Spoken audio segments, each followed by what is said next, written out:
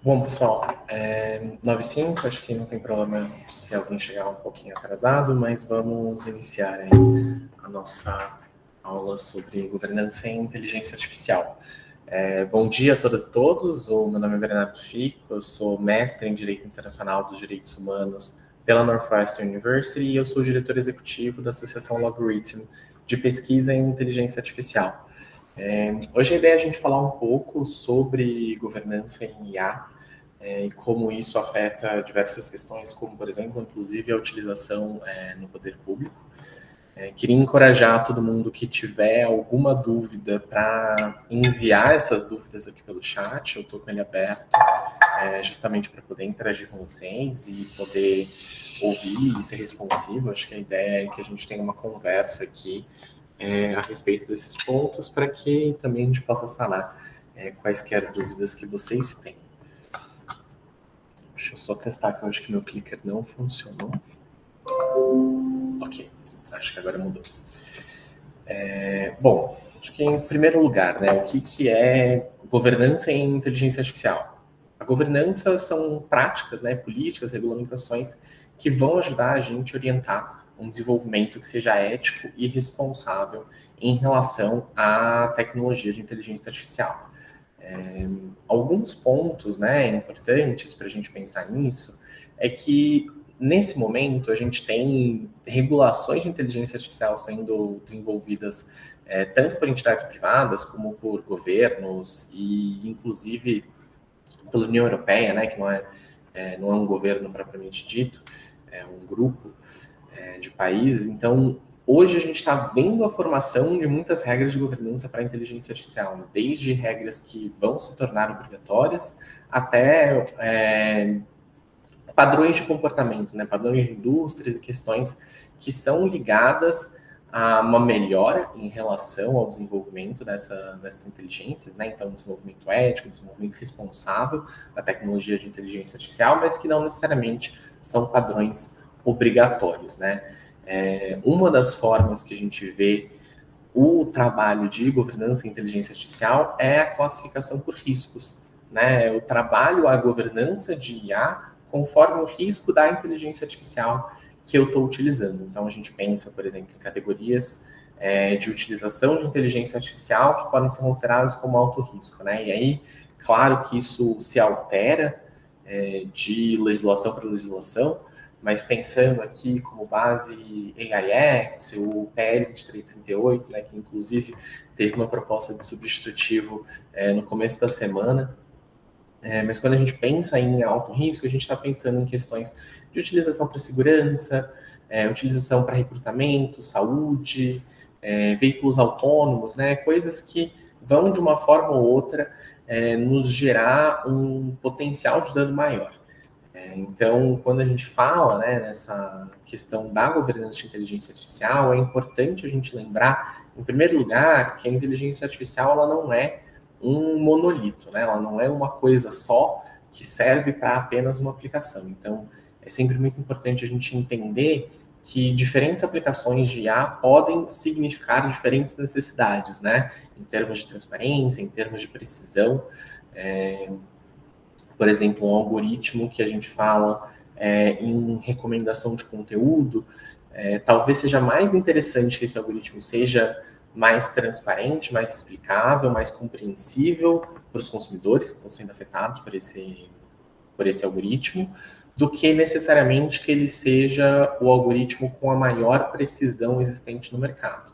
É claro que ele tem que ter, né, algum nível de precisão para ele ser útil, mas alguns erros em relação a direcionamento de conteúdo, por exemplo, não, via de regra, né, não vão causar nenhum grande problema em relação aos usuários de uma rede social ou que recebam, né, algum tipo de publicidade direcionada.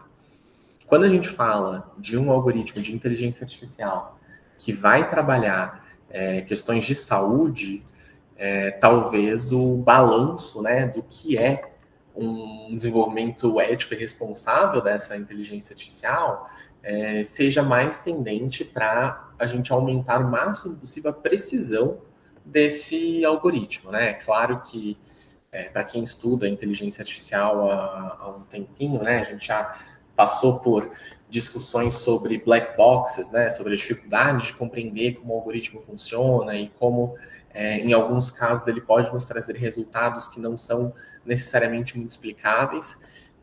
E vai ser sempre um trade-off, né? Quando a gente tem uma aplicação de inteligência artificial, quais são os fatores que eu quero maximizar? E esses fatores, eles necessariamente vão variar de acordo com qual é a aplicação que eu tenho, né? Então, não cabe a gente pensar uma governança de inteligência artificial que seja absoluta para todas as áreas e para todas as formas de aplicação que a gente tem dessa tecnologia, justamente porque os interesses que a gente quer maximizar em cada um desses pontos vai ser necessariamente diferente.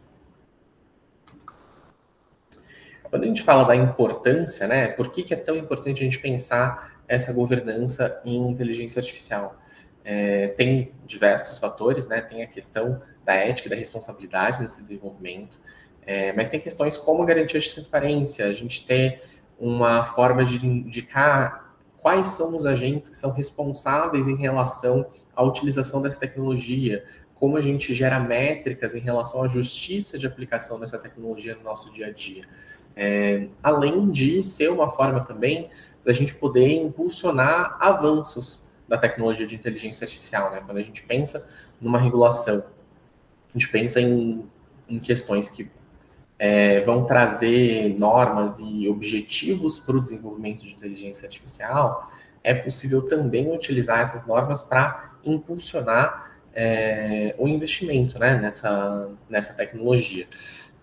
Acho que quando a gente discute a utilização de inteligência artificial, não dá para a gente falar em proibições, né? Acho que é muito irreal quem discute a questão da IA falando exclusivamente em tudo tem que ser proibido. Mas existem, né, questões em que a gente precisa pensar quais são os tipos de comportamento que a gente quer incentivar dentro do desenvolvimento de inteligência artificial, né? E isso vai muito ligado a quais são os nossos objetivos enquanto sociedade, né? E quais são os diferentes objetivos que a gente tem em cada um dos setores. Como eu mencionei, no setor, né, na parte de saúde, médica, é importante que a gente tenha uma garantia de precisão que seja muito alta, né? É um ponto que vai fazer muita diferença na aplicação de dia a dia mesmo dessa inteligência artificial. E outras questões, como, por exemplo, discriminação e vieses, que também são importantes na área de saúde, claro, mas eles podem se tornar pontos primários, né, de preocupação em outras áreas, como, por exemplo, questões de seleção e recrutamento, né? A gente já viu falar muito sobre revisão de currículos por meio de inteligência artificial e ordenamento, né, de diferentes candidatos, e como isso pode, por exemplo, reproduzir questões sistêmicas, né? Então, é importante que quando a gente pense na governança de inteligência artificial, a gente pense no incentivo que a gente está dando para o desenvolvimento dessa tecnologia, que a gente pense em como a gente está incentivando que essa tecnologia se desenvolva, né? E tendo certeza de que os diferentes setores, as diferentes necessidades de cada um dos setores, possa ser atendida e impulsionada, na verdade, por essa regulação que a gente está propondo, né? Então, a governança ela vai buscar minimizar riscos, ela vai buscar fomentar o desenvolvimento da inteligência artificial de uma maneira que seja responsável e que possa realmente contribuir de maneira positiva em diferentes aspectos, né?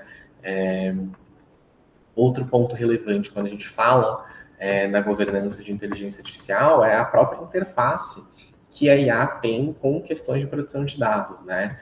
É claro que não é toda a inteligência artificial que necessariamente está tratando dados pessoais, né? Não preciso treinar a minha IA necessariamente nesse tipo de conjunto de informações, mas é uma intersecção que é muito recorrente, né? No caso da medicina, no caso do recrutamento, no caso de câmeras, né, que são utilizadas, por exemplo, para os veículos autônomos para reconhecimento em relação ao seu deslocamento, né? Muitas das coisas que são reconhecidas não são informações pessoais, mas é possível que reconheça pessoas durante esse deslocamento num carro autônomo, né? Então, é importante que a gente olhe também para essas questões de governança, aliada à governança de proteção de dados pessoais, né?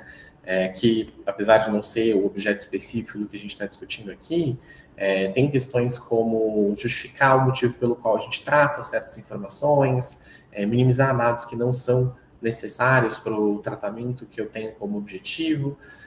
Então, a gente vai ter muitas discussões sobre como, por exemplo, um direcionamento de conteúdo numa rede social que é feito por meio de uma inteligência artificial, como isso se alimenta dos dados pessoais das pessoas que estão navegando naquela rede social. Em que medida isso, aí passando para a proteção de dados pessoais, né, em que medida isso está conforme as bases legais, por exemplo, da LGPD aqui no Brasil, ou então na Europa, no caso da GDPR. Então, a gente tem uma intersecção muito grande entre as questões de inteligência artificial e de proteção de dados, justamente por conta dos tipos de aplicação que a gente faz dessa tecnologia, né? Não é uma exclusividade, não quer dizer que sempre que eu falar em inteligência artificial eu precise falar de proteção de dados pessoais, mas uma intersecção aí bem relevante em relação a todos esses pontos. E uma questão que chama muita atenção quando a gente fala da governança é justamente a promoção de confiança das pessoas em relação ao próprio desenvolvimento da tecnologia, né? Quando a gente se depara com uma tecnologia nova, ela é uma questão instigante sempre, né? A gente está falando de novas tecnologias, inteligência artificial generativa, recomendação de conteúdo, identificação de doenças por imagem utilizando inteligência artificial. Todas essas questões, elas são questões que chamam atenção e são interessantes, né? São questões que aparecem na mídia, são questões que são muito discutidas, mas ao mesmo tempo, quando a gente fala de uma tecnologia nova, também existe um ônus de gerar confiança nessa tecnologia, né? Então, ter certeza de que é uma tecnologia que está adequadamente regulada, ter certeza de que existem investimentos de mitigação em relação aos riscos que acontecem de discriminação, de erro, de alucinações.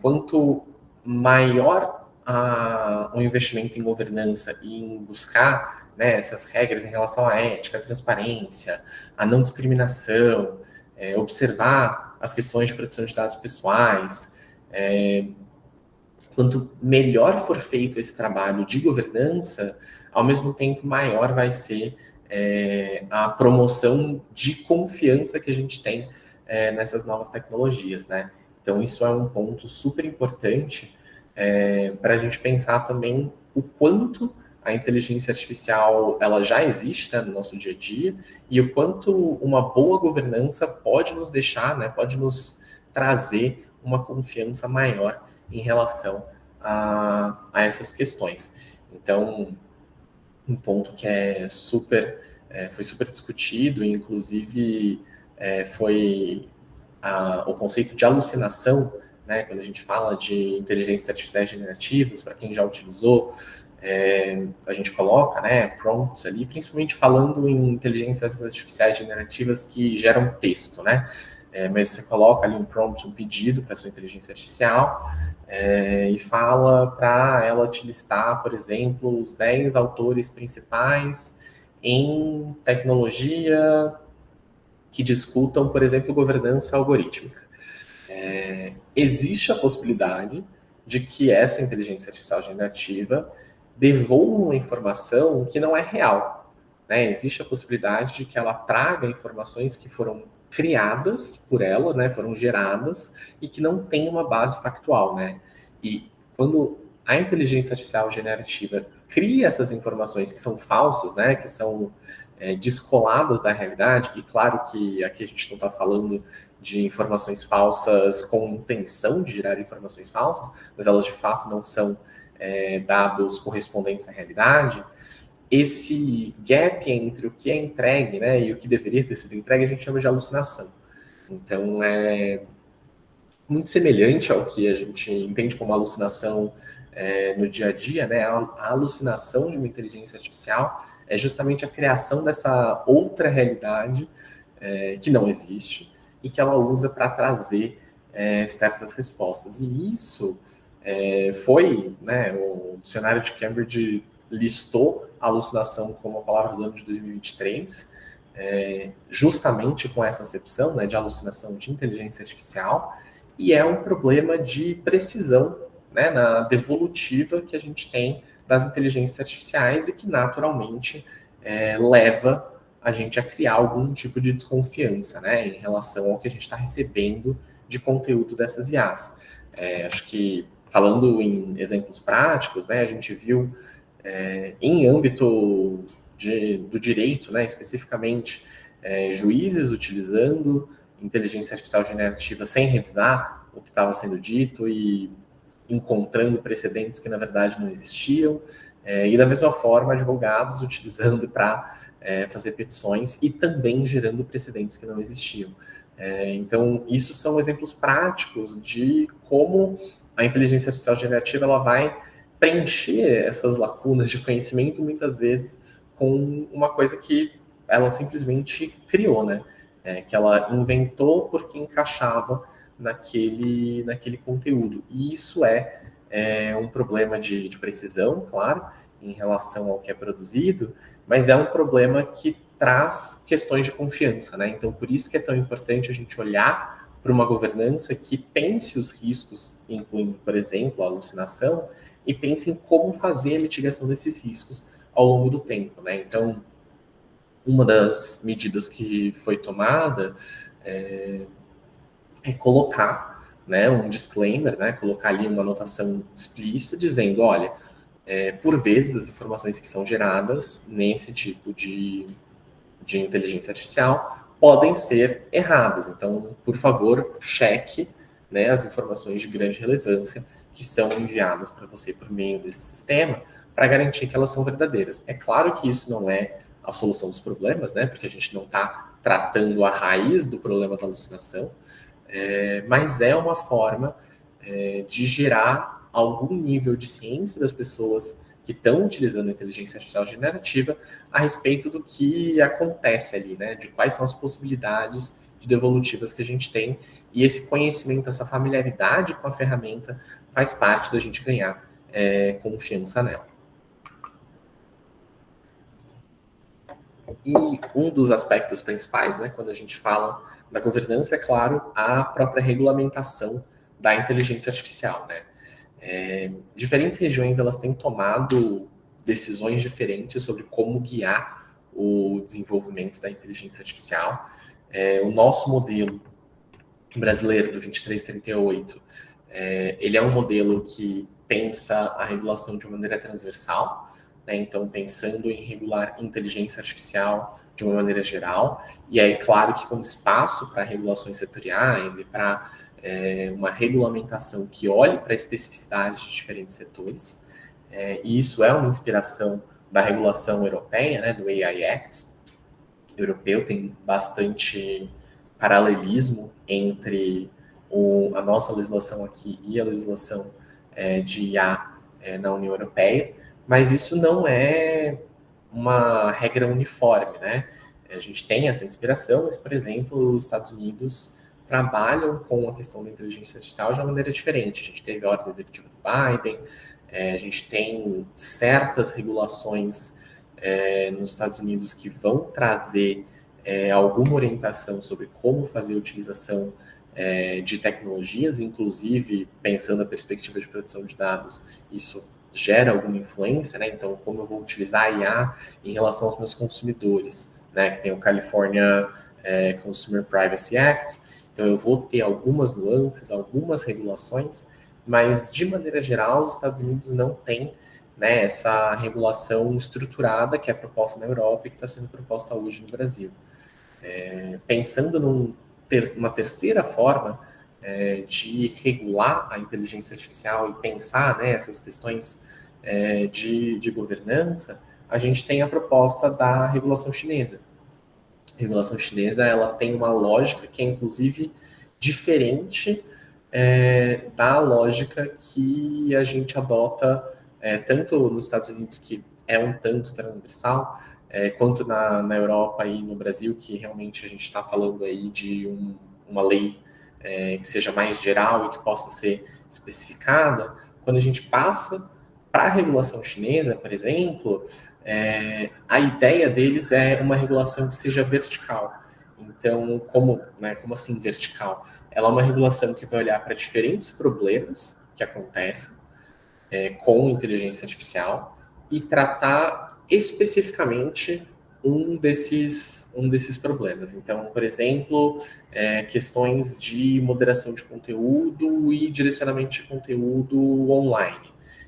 Existe uma regra específica que vai tratar sobre esse tópico e vai trazer obrigações e deveres específicos para essa questão. Mas não é a mesma regulação que a gente trata quando a gente pensa em inteligência artificial generativa, por exemplo. Então é interessante de ver que dentro da estratégia chinesa, né, de trabalhar essa regulação, existe como um passo inicial olhar para cada um desses problemas e regular esses problemas de maneira específica.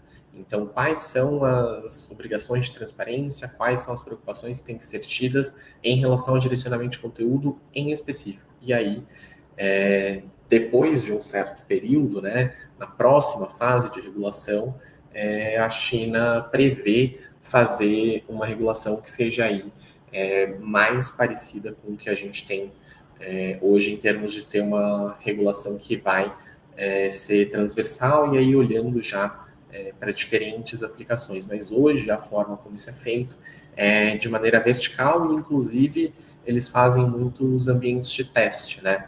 A regulação chinesa hoje, ela não necessariamente vai ser aplicável para todo o país ao mesmo tempo. Existe a possibilidade, e é um mecanismo que eles se utilizam com alguma frequência, de fazer ambientes de teste. É claro que, falando em China, um ambiente de teste que seja feito em uma cidade, a gente está falando de milhões de pessoas já, né? A gente está falando de uma escala muito grande. Mas existe essa possibilidade de uma regra que o Estado pretende que seja nacional, ser primeiro testada em uma zona específica do país para checar como essa regra funciona na prática, né? Como eu mencionei no início, a gente está tendo regulações de diferentes, vindas de diferentes agentes, né? Algumas vinculantes, outras não. Muitas propostas de como pensar a governança em inteligência artificial, mas todas elas estão acontecendo um tanto em paralelo, né? A gente não tem um benchmark, né? A gente não tem um parâmetro do que é uma regulação que já possa ser dita como uma regulação de sucesso. É claro que a gente vê alguns efeitos que possam começar a acontecer.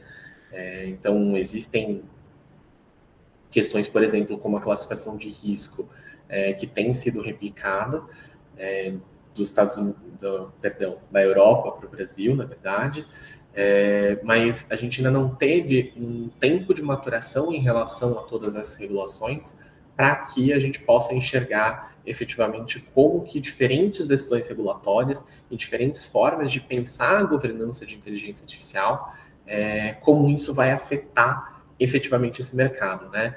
Então, é interessante ver que o modelo chinês faz isso em alguma escala um tanto menor, apesar de não ser tão pequena assim, mas uma escala menor, faz isso de maneira nacional, justamente pensando em testar quais são os incentivos que estão sendo dados por diferentes regulações que possam ser propostas, né?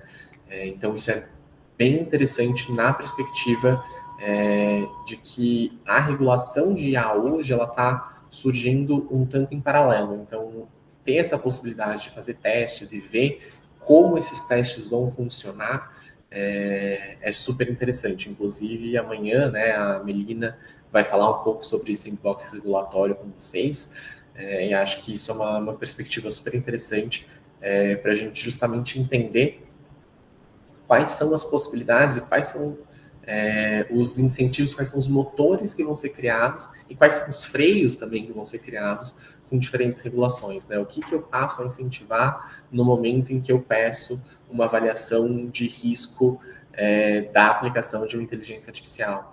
quais são as consequências de eu ter obrigações mais ou menos robustas em relação a inteligências artificiais que têm um risco médio ou baixo, né? Eu vou ter um ganho em relação à qualidade e à transparência dessas inteligências artificiais, eu vou ter uma redução em relação ao incentivo de desenvolvimento desse tipo de inteligência artificial, quais são, por exemplo, as regras os padrões de indústria que já são adotados, né, que já me preveniriam certos problemas. Então, todas essas questões, elas acabam precisando ser discutidas em paralelo, né, justamente porque a gente está vendo todas essas questões ao mesmo tempo. Falando especificamente do 2338 hoje, a gente tem uma abordagem de riscos, né, com obrigações de governança. Então, a ideia é que existem obrigações básicas que todos os sistemas, né, todos os fornecedores e usuários de inteligência artificial, operadores, perdão, precisam seguir. E existem obrigações adicionais conforme o tipo de risco em que eu estou me envolvendo. Junto com essa abordagem de riscos e obrigações de governança, existe na versão do PL 2338, que não é um substitutivo do senador Marcos Pontes, existe uma inclusão de uma listagem de direitos para as pessoas afetadas por inteligência artificial, e que já era um tema que era percebido como controverso, e acho que com a proposta de emenda número 1, né, trazida pelo senador, com a eliminação desse capítulo da listagem de direitos, isso só consolida o fato de que uma lista de direitos em relação à inteligência artificial é um tema que hoje existe uma controvérsia. E a gente tem também métodos de avaliação de risco, análise preliminar, né, e toda essa forma de concatenação de identificar em que ponto uma determinada inteligência artificial está, né? Falando especificamente da listagem de direitos, que eu acho que é o ponto que mais chama atenção, principalmente nessa semana, com a apresentação da emenda do senador, a grande questão em relação à inclusão de uma abordagem de direitos deriva do fato de que a gente está falando de duas formas, né, de regular a inteligência artificial dentro de um mesmo projeto de lei. A gente tem uma abordagem de riscos com obrigações de governança e a gente tem essa questão da inclusão de direitos. Então, muitas vezes, quando a gente olha para as questões dos direitos que seriam colocados, né, individualmente para cada uma das pessoas, existe uma possibilidade de correspondência entre esses direitos, por exemplo, o direito de compreender como a inteligência artificial funciona, vinculado à questão da governança e uma garantia de transparência e explicabilidade que está ali inserida dentro dessa abordagem de riscos, que está casada com as obrigações de governança.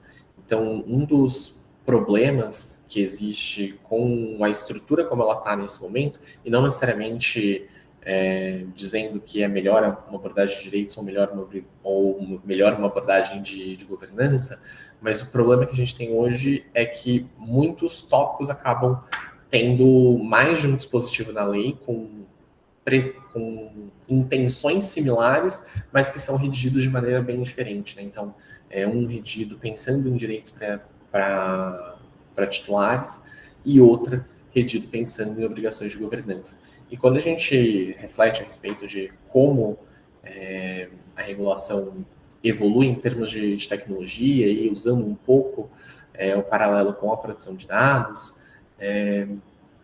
existe uma evolução da própria discussão de proteção de dados que parte de um momento que pensa a proteção de dados de uma maneira individual, então pensando ela baseada em direitos de acesso, direitos de correção, que é, inclusive, uma coisa que existe na LGPD, mas um momento, né, posterior a essa questão dos direitos individuais são as questões de governança e de responsabilidade em relação ao tratamento de dados em si e não pensando numa ótica individual, né? Não pensando que uma pessoa específica tem direito de compreender como funciona o tratamento de dados, mas uma obrigação de governança que as empresas que tratam dados pessoais precisam explicar em avisos de privacidade, por exemplo, a forma pela qual elas tratam essas informações. Então, existe uma diferença nessa abordagem e é interessante que a gente pense quais são os incentivos e quais são os lados positivos e negativos, claro, da gente adotar uma ou outra opção, né? A gente pensando, fazendo esse paralelo com a questão de proteção de dados, de um lado a gente tem a possibilidade de um indivíduo, né, tutelar esses direitos e correr atrás de diferentes direitos em relação à proteção de dados, versus uma questão de governança que obriga aos agentes de tratamento, né, de uma maneira geral, certas medidas, como identificar as bases legais que justificam diferentes tratamentos, entender, né, dar transparência em relação a quais são esses tratamentos, em um aviso de privacidade. Então, pensando um paralelo, da mesma forma, a gente tem uma abordagem de direitos, né? Então, direito à revisão de uma decisão automatizada, direito de questionar uma decisão automatizada, direito de conhecer o fato de que você está sujeito a uma decisão automatizada. E uma abordagem de governança em relação a garantir a transparência e explicabilidade dos sistemas de IA, garantir que esses sistemas de IA sejam avaliados em relação aos seus diferentes graus de risco e, com isso, a gente possa classificar quais são as obrigações específicas que cada um dos agentes de inteligência artificial precisam cumprir. Então, não que necessariamente não exista uma possibilidade de conversar entre essas duas abordagens, mas existe a necessidade de a gente olhar com cuidado se a gente não está tentando regular a mesma coisa por dois lados diferentes, o que pode acabar, na verdade, gerando uma maior insegurança em relação a quais são as obrigações efetivas que um desenvolvedor de inteligência artificial tem. Então, acho que é um ponto importante, acho que é um ponto que, inclusive, vai ser muito discutido a partir da emenda número 1, justamente porque ela propõe suprimir esse capítulo de direitos, que foi uma inclusão feita no substitutivo da comissão de juristas. Então, com certeza, isso vai ser um tópico a ser bem debatido no momento de decidir aí como que o PL efetivamente vai seguir.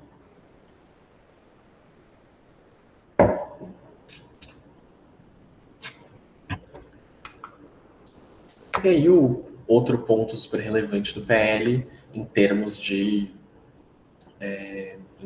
governança é a questão da classificação de riscos de sistema, né? Então a gente tem algumas classificações possíveis, né? Então eu tenho a proibição de alguns sistemas. Eu disse inicialmente que eu não acreditava em proibição da inteligência artificial de uma maneira geral, mas isso não quer dizer que não existam aplicações que a gente deva olhar como restrições absolutas, né? Acho que o ponto é que a gente não pode pensar a inteligência artificial exclusivamente como restringir ou permitir, né? Acho que a gente tem que ver essas nuances.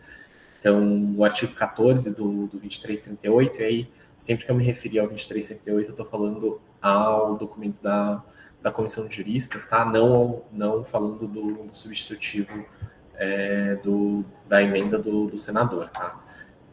Mas a gente tem aqui, pensando no artigo 14, a vedação de implementação dos sistemas de inteligência artificial para algumas atividades, que incluem, por exemplo, técnicas subliminares para indução de comportamento que seja prejudicial à saúde ou à segurança. Então, utilizar a inteligência artificial de uma forma a sugestionar as pessoas a fazer alguma coisa que possa lhes causar algum tipo de prejuízo nesse sentido. Ou então um sistema que explore vulnerabilidades de alguns grupos, né? sejam eles grupos marginalizados, sejam eles, aqui, como a gente não fala em que tipo de grupo a gente está falando, né, não necessariamente são grupos que sejam sujeitos à discriminação, né, então a gente não necessariamente está falando sobre grupos raciais, religiosos, questões de orientação sexual, identidade de gênero, fala exclusivamente em grupos específicos, mas com certeza essas classificações ficariam aqui dentro do que seriam vulnerabilidades de grupos específicos. E proibição também da utilização pelo poder público para avaliar, classificar ou ranquear pessoas com pontuação. Então, aqui a gente está falando muito de uma proibição ao que, imagino que seja de conhecimento público, mas o social scoring chinês, que é uma medida bastante criticada, essa terceira proibição aqui conversa muito com essa realidade prática, né, que já foi observada em outros países. Então, a gente tem aqui uma possibilidade realmente uma impossibilidade, na verdade, de implementar qualquer medida nesse sentido. E quando a gente passa, conforme a gente vai passando, né, pelos próximos artigos, a gente vai tendo diferentes formas de olhar para cada uma das próximas questões, né? Então a gente tem restrições na utilização, por exemplo, de biometria para segurança pública. O que é isso? São câmeras por exemplo, câmeras com reconhecimento facial. A gente já vem há alguns anos vendo a utilização desse tipo de câmera. Aqui no Brasil mesmo saíram notícias acho que suficientemente antigas, se eu não me engano, agora não lembro se 2019 ou 2020, então já há 3, quase 4 anos atrás, sobre a utilização de câmeras com reconhecimento facial durante o carnaval, que permitiram a identificação de uma pessoa que tinha um mandado de prisão. Então, foi por conta de uma utilização de um sistema biométrico numa atividade de segurança pública que levou à possibilidade de identificar quem era essa pessoa que estava foragida.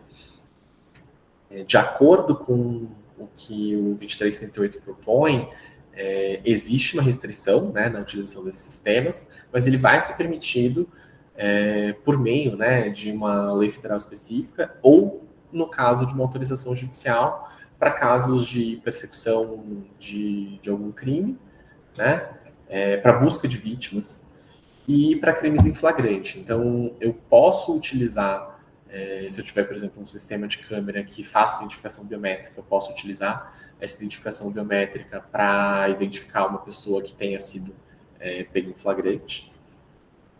Eu posso utilizar a biometria, né, também para buscar pessoas que tenham sido vítimas de algum crime ou que sejam desaparecidas. Então, existem possibilidades aqui da utilização de uma mesma tecnologia, né, mas com objetivos diferentes. Então, acho que isso conversa muito com o que a gente discutiu no começo, sobre a necessidade de pensar a inteligência artificial não como uma coisa única, mas com as nuances que ela efetivamente tem.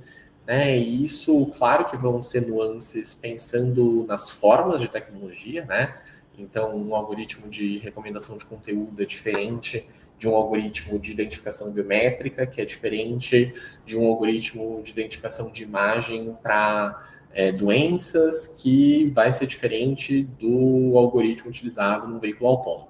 Né? Acho que essa separação é uma separação clara, né? Ainda que é uma primeira separação aqui bem clara em relação a como, ou melhor, quais são os tipos de inteligência artificial sendo utilizados, mas existe uma proposta também de separação em quais são as aplicações que talvez um mesmo sistema, inclusive, tem.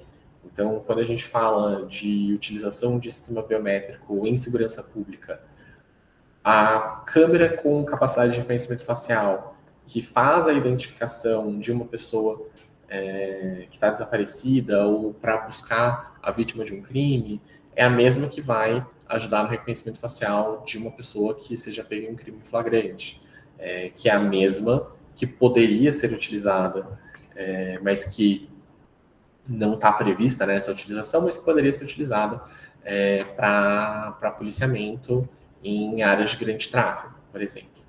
Então, a câmera e a tecnologia em si podem ser exatamente a mesma. Não necessariamente ela vai mudar, mas a aplicação e os objetivos pelos quais essa tecnologia está sendo utilizada pode ser bem diferente. E isso pode significar uma diferença na forma como isso vai ser regulado. Então, é muito importante a gente entender que a inteligência artificial ela é uma tecnologia super maleável, né? E que não só ela tem diferentes formas, mas mesmo uma mesma tecnologia, vamos colocar assim, ela pode ser aplicada de maneira diferente em momentos diferentes.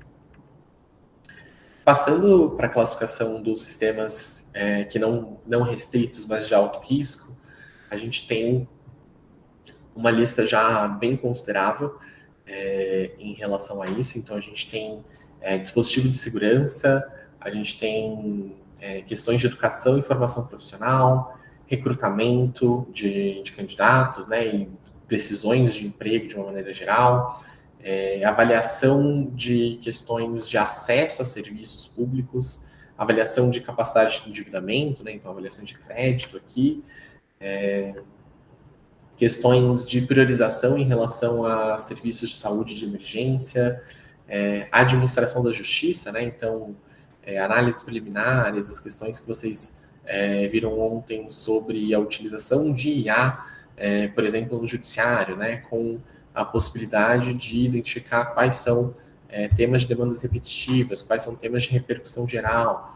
Isso são consideradas inteligências artificiais de alto risco. Veículos autônomos, né, a utilização de IA em veículos autônomos, aplicações gerais em relação à saúde, né, então tanto diagnóstico quanto algum tipo de procedimento médico que utiliza inteligência artificial é considerado de alto risco.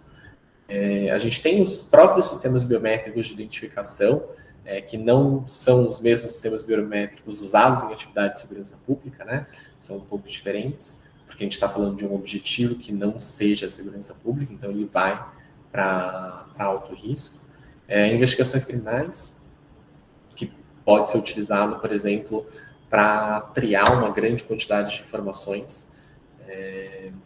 Estudos analíticos, né, que a gente faz com pesquisa de dados em grande volume, que sejam relativos a crimes, investigação por autoridades administrativas, gestão de controle de fronteira, que também vai utilizar muito provavelmente inteligência artificial para reconhecimento facial e possivelmente para outras questões como cruzamento de dados. Então, são muitas as atividades que hoje são classificadas já como atividades de alto risco dentro do PL, e é importante notar que o PL próprio prevê a possibilidade de inclusão de outras atividades, né? Quando a gente fala de uma tecnologia que está em constante desenvolvimento, acho que é praticamente um consenso que eu não posso regular essa tecnologia de uma maneira que seja absolutamente estática. É claro que a segurança jurídica em relação ao que é permitido, o que não é permitido e quais são as medidas de governança que precisam ser tomadas, isso é super relevante, né? É importante, inclusive, para a gente garantir que essas tecnologias sejam desenvolvidas da melhor forma possível. Então, clareza em relação às regras é relevante, mas, ao mesmo tempo, trazer um engessamento dessas regras não é interessante, justamente porque existe a possibilidade de que a regra simplesmente fique desatualizada de uma maneira muito rápida, né? Então, quando a gente olha para as atividades que são classificadas como de alto risco, por exemplo, eu tenho, né, claramente uma classificação aqui que pensa já categorias que são tanto amplas, mas com a possibilidade de inclusão posterior. E aí a gente tem outras atividades que são consideradas como os critérios, né, para o que pode ser classificado como alto risco ou risco excessivo. Então, o que acontece? Dentro dessas listas, né, tanto de alto risco quanto de risco excessivo, que dentro do risco excessivo, né, são as atividades que a gente não realizaria, a não ser que eu consiga mitigar esses riscos, enfim. Existem alguns critérios para como a gente vai analisar outras atividades, né, para poder ou não fazer essa inclusão. Então, a gente fala, por exemplo, de implementações em larga escala. Se eu estou utilizando uma inteligência artificial em uma atividade pequena e específica, ou se eu estou, por exemplo, fazendo uma implementação de inteligência artificial em todo o judiciário brasileiro para fazer a triagem de todas as petições e classificar todas elas em relação, por exemplo, às matérias, fazer uma reclassificação ali por inteligência artificial. Isso seria considerado de larga escala, pensando que a gente está falando em uma frequência alta, falando em extensão geográfica, né, nacional, e que isso seria uma atividade perene. A avaliação de impactos negativos em direitos e liberdades fundamentais ou utilização de serviços por parte das pessoas, o fato de que eu possa ter um potencial danoso, né, seja ele material, moral ou discriminatório, se eu afetar um grupo vulnerável de pessoas de uma maneira diferente, né, então uma afetação de um grupo racial, uma afetação de pessoas LGBT, uma afetação das mulheres, isso vai ser considerado para critérios de avaliação de risco de outras atividades que não estejam listados, a possibilidade de criar danos que sejam irreversíveis ou de difícil reversão. Então, a gente tem vários critérios que podem ser utilizados justamente para a gente pensar essa reclassificação de outras atividades que venham posteriormente. E tudo isso, né, como eu falei, é uma questão de pensar o fato de que a IA tem variedade, né? Então eu tenho diferentes inteligências artificiais, não é tudo uma coisa só, e que uma mesma inteligência artificial ela pode ser utilizada para diferentes coisas, né? Então eu posso, como eu mencionei, uma câmera de reconhecimento facial pode estar numa fronteira para ajudar a controle de migração de pessoas, pode ser utilizada para policiamento, pode ser utilizada para ponto eletrônico, pensando em questões de trabalho. Então, existem diferentes preocupações nesses diferentes casos e é importante a gente pensar essa variedade de sistemas e a importância, né, de uma regulação que seja específica para cada um desses pontos. Entrando em questões discriminatórias, acho que esse é um dos problemas mais recorrentes quando a gente fala de inteligência artificial, né? São as discriminações algorítmicas, né? Ou vieses algorítmicos que possam ser causados. Quando a gente pensa em discriminação, o primeiro conceito que a gente tem que se preocupar é a existência de um tratamento que seja desigual ou injusto de pessoas ou grupos, né? Então, e aí, claro que com base numa característica específica que seja o ponto de discriminação. Isso não quer dizer que a gente não possa ter diferenças de tratamentos para diferentes grupos. A chave, né, dessa questão de por que isso é uma discriminação algorítmica, né, ou uma discriminação de uma maneira geral, é o fato de que o motivo pelo qual eu estou dando um tratamento diferenciado não justifique esse tratamento diferenciado. Então, é nesse ponto que a gente olha para a questão discriminatória. E aí, os fatores de discriminação são, né, já os amplamente conhecidos como raça, gênero, idade, religião, orientação sexual, opinião política. Todas essas questões são pontos possíveis de discriminação e que, né, sempre que a gente verificar uma modificação aí de decisão com base em alguns fatores, isso é com certeza um alerta para verificar se não existe uma lógica discriminatória ali que está subjacente nesse sistema de inteligência. A discriminação algorítmica, o que ela vai fazer? Né? Ela vai pegar os inputs e vai, muito provavelmente, reproduzir e perpetuar uma discriminação que já existia ou no banco de dados que a gente utilizou para fazer o treinamento da inteligência artificial, ou na lógica que foi utilizada para a criação dessa inteligência artificial. Então, a gente pensando numa analogia aqui como se fosse uma máquina, se eu tenho uma máquina que foi formatada de uma forma que gera discriminação, independentemente do que eu coloque nessa máquina, do outro lado, né, o produto disso vai ter um fator discriminatório. Mas da mesma forma, dentro do, inclusive é uma frase bem conhecida quando se estuda questões de inteligência artificial, que é o garbage in, garbage out, né? Entra lixo, sai lixo. Então, eu tenho também que tomar cuidado com quais são os inputs que eu estou colocando nessa minha máquina, né? Ainda que eu tenha um sistema de inteligência artificial que ele em si, né, tipo, o algoritmo, não tenha vieses, se eu colocar uma base de informações que possui vieses, os resultados desse algoritmo também vão muito provavelmente ser enviesados, né?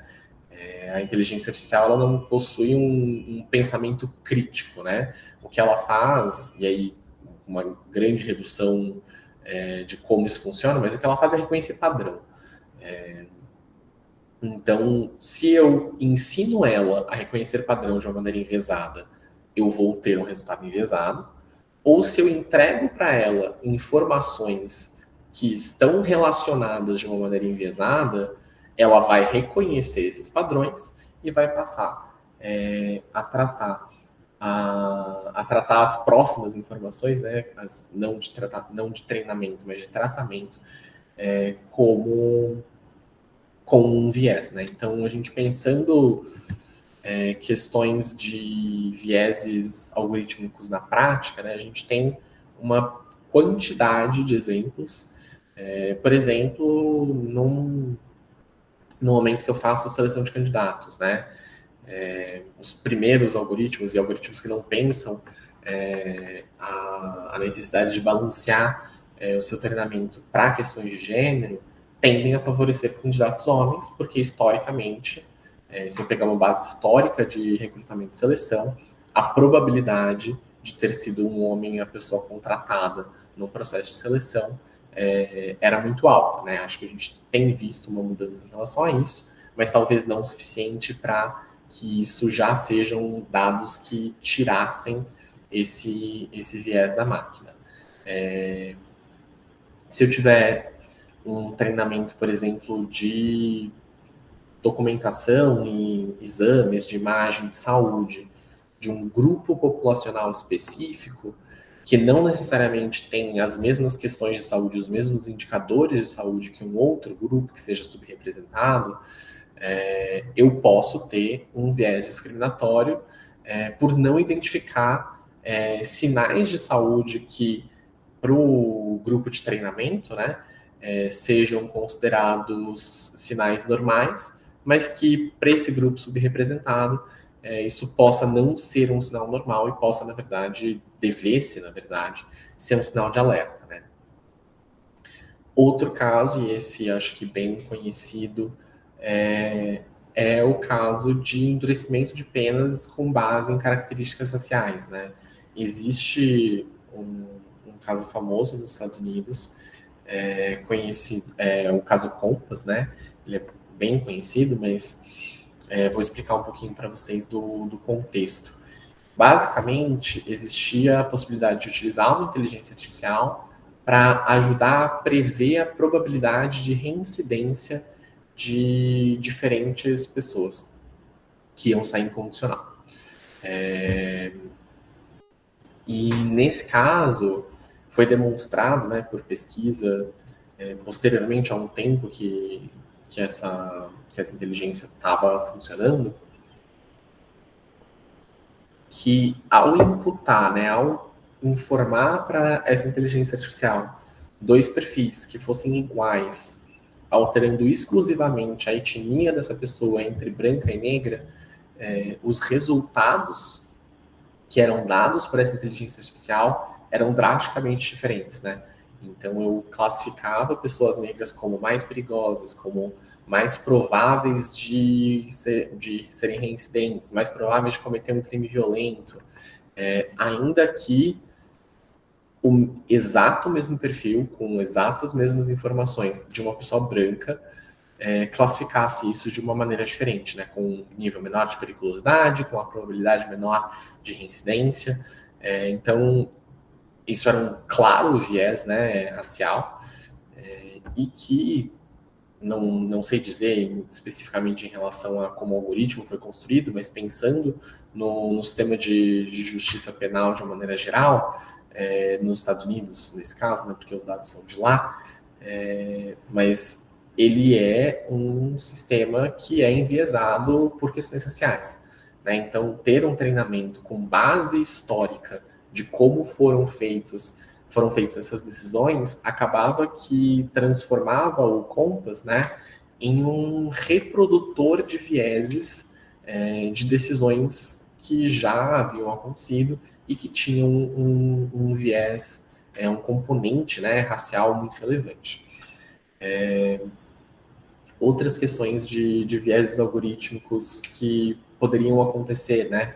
A gente tem questões como avaliação de crédito, que podem, né, se não forem pensados da maneira correta, gerar vieses em relação à etnia da pessoa, em relação à região da cidade em que ela mora.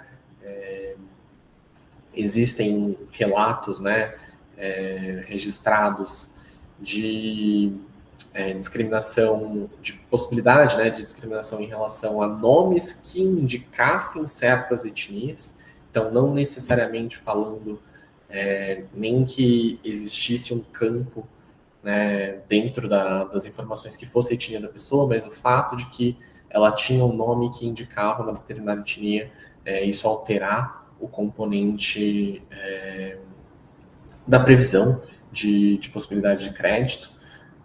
E outras questões como policiamento preditivo, sistema de saúde, a própria publicidade online, né, que de uma maneira ou de outra tende a ser menos danosa, mas que a depender de qual seja a situação específica poderia vir a causar algum tipo de dano a essas pessoas. E, enfim, né, acho que são muitas as possibilidades que a gente tem pensando quais são os possíveis vieses discriminatórios, perdão, na prática. E aí, falando agora um pouco mais, inclusive especificamente sobre o uso de inteligência artificial em decisões judiciais, acho que a gente falou, né, falei um pouco sobre o caso Compass, acho que a questão de predição de reincidência e como isso é uma questão super complicada, né? Porque eu estou utilizando uma base histórica que reconhecidamente tem um viés particular em relação à raça para treinar e moldar, né, muitas vezes, o que vem a ser decidido no judiciário no futuro. E aí acho que tem duas questões que são muito relevantes quando a gente pensa na aplicação da inteligência artificial em decisões judiciais, especificamente, né? Em primeiro lugar, a gente olha para a questão do convencimento do julgador, né? Então, até que ponto é a pessoa, né? O juiz ou o árbitro, né? Se a gente vai falando de uma arbitragem, mas falando de decisões judiciais, especificamente, se é o juiz que está efetivamente decidindo aquilo. E a existência de um ônus, né, para contestar uma decisão de máquina. Então, acho que partindo primeiro para a questão do convencimento do julgador, sempre que eu utilizo uma inteligência artificial como apoio para tomar decisões, existe uma discussão sobre até que ponto essa decisão está sendo apoiada por uma inteligência artificial ou se, na verdade, o que está acontecendo é uma uma delegação, né, desse poder decisório para a inteligência artificial. A gente tem discussões, acho que existem muitas questões, por exemplo, de delegação das decisões, né, das funções do juiz para terceiros, da mesma forma, a delegação das funções de um árbitro para um secretário, por exemplo, e qual é o limite de quanto pode ser delegado do trabalho de julgar para que o livre convencimento e efetivamente a decisão, né, em relação ao caso se mantenha nas mãos do julgador. Então, quando a gente pensa, por exemplo, numa utilização de uma inteligência artificial generativa, né, que inclusive já deu problemas para juízes e advogados, mas para construir um voto, né, como uma minuta, utilizar uma inteligência artificial como uma minuta, e é uma forma possível de utilizar a IA para uma decisão judicial, né. Existem questões como qual o nível de controle que esse juiz vai ter em relação ao racional das respostas que vão ser dadas, né? Isso vai passar por diversos fatores. Um fator que está sob o controle do usuário, né? Então, de que forma eu apresento o pedido, por exemplo, para uma inteligência artificial generativa em relação a uma minuta. Eu peço para ela minutar e dou especificidades, né? Eu explico quais são os pontos que têm que ser feitos, eu digo qual o raciocínio que está por trás, eu peço só peço, né, entre aspas, para a inteligência artificial transformar o meu raciocínio que já está formado e já justifica a decisão que eu quero tomar, ou eu peço para a inteligência artificial resolver o problema para mim, né? Isso são utilizações muito distintas da inteligência artificial, uma que me parece mais tranquila e outra que me parece trazer muito mais questões a respeito da delegação, né, do convencimento do julgador. Se eu simplesmente coloco para a inteligência artificial, esse é o conflito, quem está certo? Se eu fizer essa pergunta, a inteligência artificial muito provavelmente vai me dar uma resposta, mas que se eu sou a pessoa incumbida em julgar essa questão, não cabe a mim delegar isso para uma inteligência artificial, né? Não cabe a mim perguntar para um terceiro, como não cabe perguntar para uma tecnologia terceira, né? Porque aí eu não estou usando a inteligência artificial como uma forma de apoio a uma decisão judicial específica.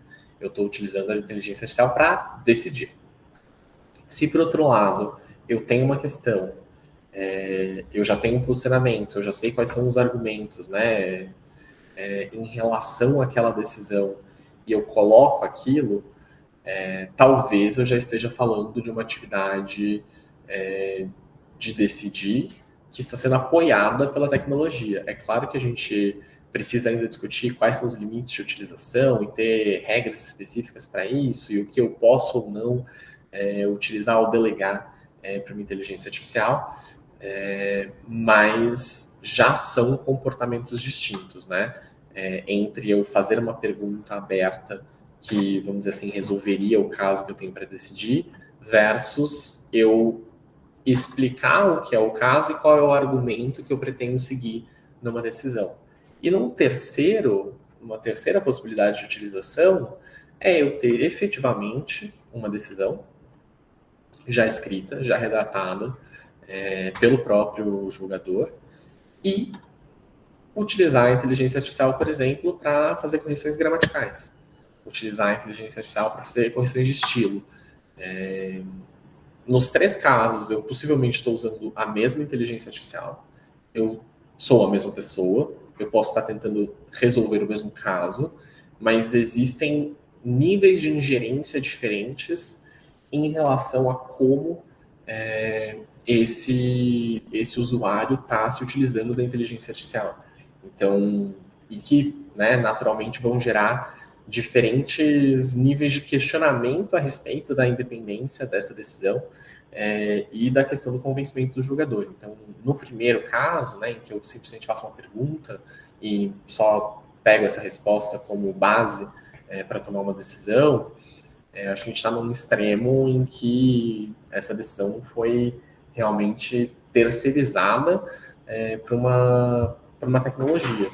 De uma outra forma, quando eu olho para uma pura revisão gramatical, talvez eu já esteja num campo que seja, não diria incontroverso, mas com muito menor controvérsia a respeito da utilização da inteligência artificial, por exemplo, para fazer ajustes de redação em relação a um texto. E aí, qual é o segundo ponto, né, além do convencimento do julgador, é que se eu utilizar a inteligência artificial como apoio, eu passo a ter um ônus de contestar a decisão dessa máquina, né?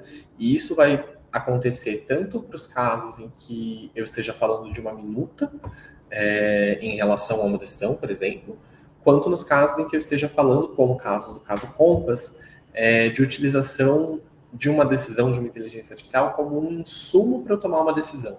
Então, o que acontece? Eu tenho que decidir, né, se eu entendo que existe periculosidade, se eu entendo que existe uma probabilidade de reincidência de uma determinada pessoa. A princípio, olhando para essa documentação, eu posso chegar à conclusão de que não existe esse problema. Mas, se eu tenho como apoio o Compass e o Compass me dá uma resposta diferente, me diz que existe sim uma probabilidade de reincidência, eu não só tenho que demonstrar o meu convencimento de por que eu acho que não, como eu passo a estar conflitado com a decisão de uma inteligência artificial e, de uma forma ou de outra, tem um ônus de desautorizar essa conclusão. Né? Ainda que hoje a gente saiba que esse caso tinha uma questão discriminatória grande, eu tenho um ônus de questionar decisões que sejam trazidas para mim por essa inteligência artificial, por exemplo. Então, a utilização da IA em decisões judiciais, ela vai trazer diversas questões para serem discutidas, e eu realmente acho que a questão do ônus de contestação é um ponto muito relevante, porque a gente, na verdade, vai estar tratando de uma questão que é chamada viés pró-tecnologia, né? De uma maneira geral, e aí, claro que isso é uma generalização, mas existe uma tendência a favorecer o que venha de decisões tecnológicas, né? O que tem natureza tecnológica. Então, a partir do momento que eu preciso questionar uma decisão que foi feita por uma inteligência artificial, eu tenho não só que demonstrar o meu ponto, mas desprovar o ponto da inteligência artificial, claro, caso haja algum tipo de divergência. E isso não é para dizer, né, que a inteligência artificial não possa apoiar questões em decisões judiciais. Acho que ela pode, mas a gente precisa discutir como isso vai ser feito, quais são os limites e quais são os tipos de input que a inteligência artificial vai poder trazer. Mas quando a gente pensa no viés para a tecnologia, tem algumas coisas que a gente precisa desconstruir, né, ou pelo menos reconhecer que existem, para que a gente possa entender como questionar essas decisões se elas vierem a acontecer. Então, a primeira premissa é que muitas vezes a gente pensa na tecnologia como uma questão neutra e objetiva. A tecnologia, como qualquer outra coisa que a gente faça, tem um posicionamento específico. Ele pode ser, eu posso fazer com que ele seja o mais neutro possível, né? Eu posso buscar isso nas minhas questões de governança que a gente estava discutindo, né? Então eu posso ter como objetivo ter revisões em relação à discriminação, refletir a respeito de como são os possíveis cenários que podem levar a algum tipo de viés e tentar mitigar esses vieses, mas a tecnologia per se, ela não nasce neutra e objetiva, né? Então, acho que a crença na neutralidade tecnológica é a primeira coisa que a gente precisa ter, né, em mente quando a gente está pensando num viés pró-tecnologia. Existe também um certo entusiasmo sobre o que é novo, sobre o que facilita as nossas vidas, né? Então, um entusiasmo em relação à inteligência artificial generativa, um entusiasmo a respeito de ter a possibilidade de fazer análise de uma grande quantidade de informações muito rápido e ter um score em relação a, por exemplo, possibilidade de reincidência. Mas isso, apesar de poder ser um bom insumo, isso, o simples fato de que é feito pela tecnologia não deve me garantir que isso é necessariamente um bom insumo. E pensar na questão da minimização de riscos, né? Aquela questão de governança que a gente discutiu e que falou sobre a questão de confiança e como ter obrigações de transparência, obrigações de avaliação de risco, de mitigação de risco. Isso é importante para que a gente possa também olhar para as tecnologias que estão sendo empregadas e entender, né, se essa tecnologia especificamente leva em consideração algum dos vieses que pode estar acontecendo naquele caso. Então, se eu estou falando sobre uma questão que existe um recorte de raça relevante ou que existe um recorte de gênero relevante, como é o caso de recrutamento e seleção, é importante que a minimização de riscos dessa tecnologia específica tenha olhado para essa questão, para que a gente possa, com maiores fundamentos e com mais capacidade de contestação mesmo, olhar para esses pontos e falar, olha, apesar de eu ter uma indicação desse score, ou apesar de eu ter uma minuta indicando determinada conclusão, eu consegui divergir disso de uma maneira mais clara, porque eu passo a identificar quais são os vieses que podem ter sido reproduzidos dentro daquele sistema de inteligência artificial. E muitas vezes as pessoas sequer estão cientes, né, de que isso é uma possibilidade. Então, por isso é tão importante a gente conhecer essa questão sobre a possibilidade de que a inteligência artificial e outras tecnologias, de maneira geral, errem, porque se eu não tenho conhecimento sobre a possibilidade de que a inteligência artificial esteja enviesada, que ela cause uma questão discriminatória, ou que ela tem um problema de alucinação, que a gente discutiu no começo, eu naturalmente vou questionar menos essa decisão, né? Então, inclusive a forma pela qual a inteligência artificial ela vai se desenvolver e se tornar mais precisa é justamente com os feedbacks, né? Então, com eu identificando que a resposta que me foi dada não é a resposta adequada e indicando qual é a resposta adequada, né? Então, fazendo um feedback para esse sistema, isso é inclusive uma forma de treinamento da inteligência artificial. Então, não é dizer que porque eu identifiquei um problema, isso necessariamente é uma falha irresolutível, mas é importante a gente conhecer a existência desses vieses e conhecer os motivos pelos quais esses vieses podem estar sendo causados para que a gente possa, com base nisso, né, se necessário, divergir de uma decisão ou indicar por que ela pode ou não ter sido enviesada. E isso é, né, uma questão relevante porque, olhando hoje, né, a prevalência que a gente tem de IA, a gente naturalmente vai ter muitos direitos, inclusive direitos fundamentais, que vão ser afetados por decisões tecnológicas, né? Então, existem questões de privacidade, como a gente discutiu, privacidade de proteção de dados.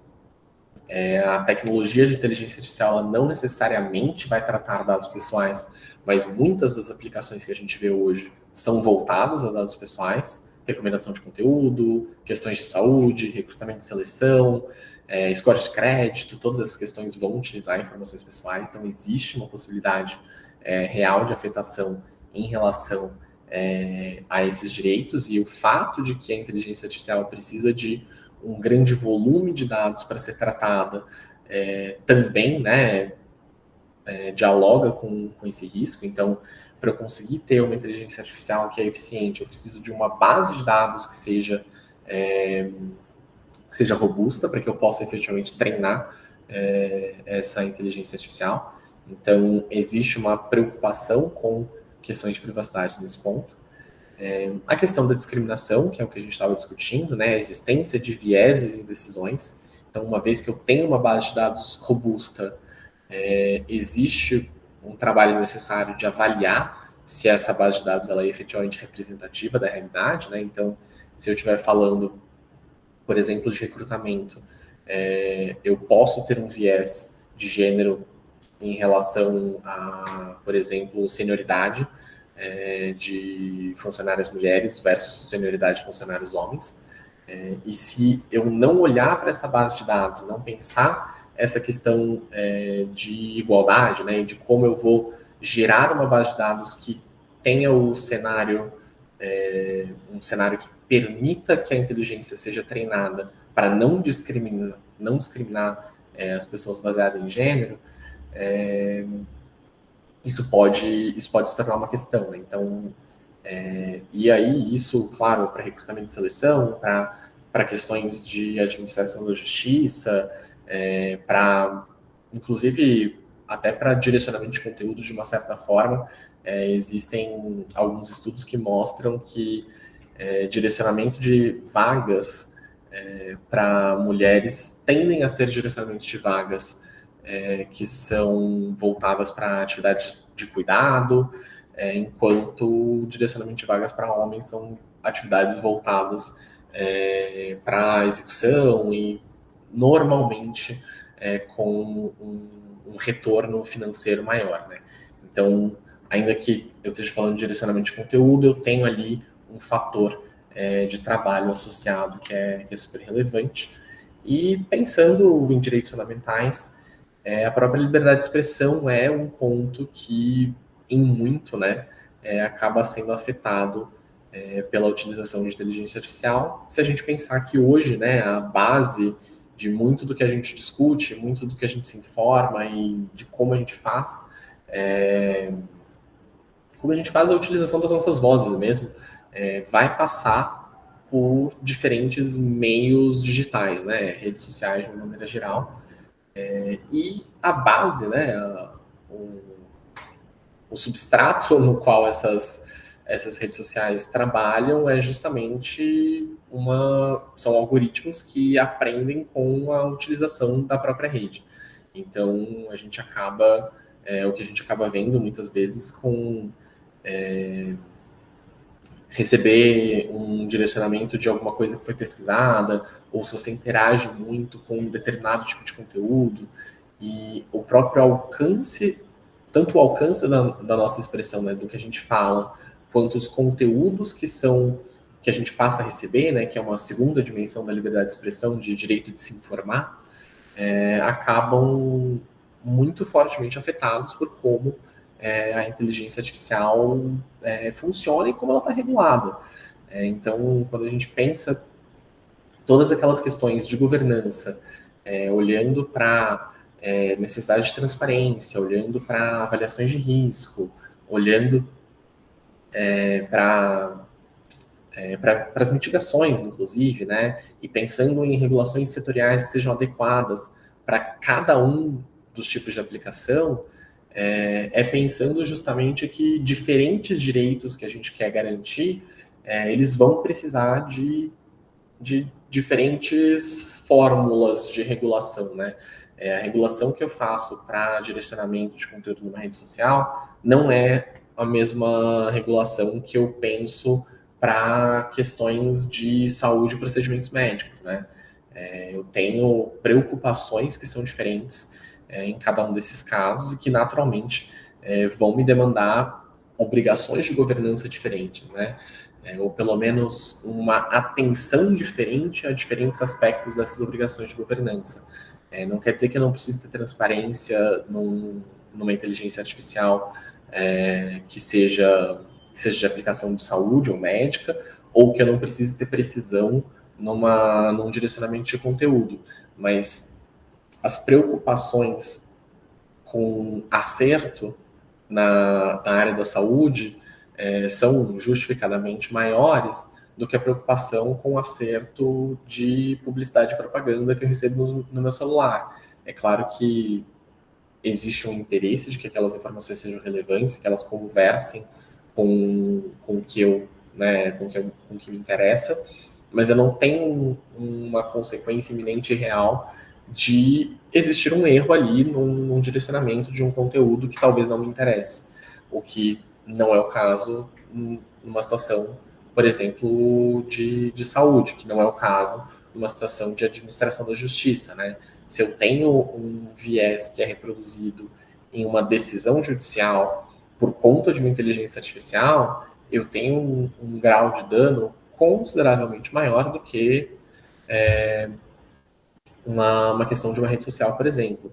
Então, existe em diferentes aplicações, né, seja sistema judicial, seja saúde, seja recrutamento, seja utilização na para a liberdade de expressão, seja para educação, cada uma dessas aplicações, policiamento, né, segurança pública, cada uma dessas aplicações, ela vai ter demandas específicas que ela precisa atender e ela vai ter necessidades, né, de regulação e priorizações realmente, né, de governança que vão ser diferentes caso a caso. Então isso acho que é super importante a gente pensar quando a gente pensa na governança que a gente busca, né, como regulação. De novo, é uma governança que está sendo moldada enquanto muitas outras regras de inteligência artificial estão sendo moldadas ao mesmo tempo, né? Então a gente está correndo em paralelo com muitas coisas, mas é importante da gente olhar quais são os incentivos e quais são as peculiaridades de cada um desses setores, né? Então, não só, né, pensar que a regulação de inteligência artificial ela é uma regulação única e que não cabe diferenciações, que não cabe especificação em relação a cada uma dessas atividades. Então, inclusive, amanhã, né, eu mencionei, vai ter uma aula sobre sandbox regulatório, que eu acho que discute muito e vai conversar muito com esse ponto, sobre realmente a gente entender quais são os incentivos e quais são os pontos que precisam ser levantados e discutidos e como um setor pode ter necessidades diferentes de outro e como a gente consegue, né, com base seja no 2338, seja na emenda, nas alterações da emenda do senador, ou de um terceiro, né, uma terceira forma de regular a inteligência artificial, acho que é importante que a gente enxergue a possibilidade de colocar nuances nessas obrigações de governança e para que elas possam justamente atender o que cada um dos diferentes setores vai precisar observar com maior cautela, a depender de quais são os objetivos de cada um.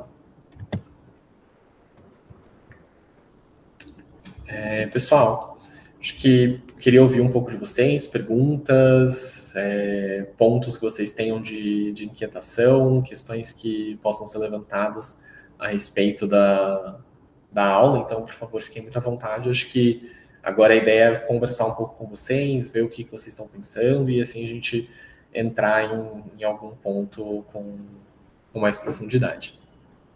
Por favor. Como é que nós podemos fazer para abrir o banco de inteligência artificial do judiciário que vai ajudar na formulação da sentença? Como é que nós vamos, como advogados, poder ter acesso a esse ponto? Será que isso vai ser possível ou vai ser mantido em sigilo? Isso é uma questão super importante, assim, acho que quando a gente pensa em um sistema de inteligência artificial, ele tem, em primeiro lugar, uma opacidade natural, né, que é o que a gente chama de black box. Então, a compreensão exata de como funciona o sistema de inteligência artificial, normalmente, existem alguns problemas já em relação a isso. Pensando em como isso pode funcionar no judiciário, acho que o que provavelmente faria mais sentido é que a gente tenha uma possibilidade de validações, né? Então, um sistema de acreditação, uma autoridade que possa fazer uma verificação de que aquele sistema está conforme em relação a questões de discriminação, garantir que eu estou treinando isso com uma base de decisões que é suficientemente diversa, fazer testes, né? Acho que isso é um ponto super importante no momento que eu passo a utilizar a inteligência artificial, Por exemplo, se eu utilizar ela para fazer uma classificação em relação às decisões, se eu utilizar ela para minutar as decisões, é importante que, pelo menos por algum período, eu faça isso 2 vezes. Eu faça isso pela inteligência artificial e eu faça isso da maneira corrente, para que eu possa ir verificando o quanto essa inteligência artificial atende às minhas necessidades. Uma CNJ, então, uma tarefa do CNJ. Sim, acho que é uma tarefa que acabaria ficando para a supervisão do CNJ, ou, enfim, não sei se talvez fosse para uma autoridade reguladora específica de inteligência artificial, mas com certeza com... Tem algo de concreto nesse sentido, não? Está sendo feito? Não, hoje a gente está com o PL 2338, né, sendo discutido em relação à inteligência artificial, e na segunda ou na terça foi apresentado uma emenda pelo senador Marcos Pontes, fazendo propostas de modificação. Então, hoje a gente tem discussões sobre como essa regulação vai ser feita. A gente tem regras de utilização de inteligência artificial, mas não uma legislação ou um arcabouço que me diga qual vai ser a metodologia, por exemplo, para eu fazer a implementação dessas questões. Qual é a avaliação de risco que eu tenho que fazer? Qual é a autoridade que vai ficar responsável por fazer essas verificações? Então, assim, a gente já tem utilizações de inteligência artificial, inclusive... A pergunta foi como isso vai funcionar no judiciário, só respondendo uma pergunta do chat, como isso vai funcionar no judiciário e o que a gente tem hoje, né, em termos de regulação se o CNJ, por exemplo, ficaria responsável ou se teria uma autoridade terceira. Então, hoje a gente já tem utilizações, por exemplo, o Victor, que é uma inteligência artificial que está sendo utilizada já na STF há uns 4 ou 5 anos, se eu não me engano, mas eu não tenho uma supervisão de governança em relação a essas questões.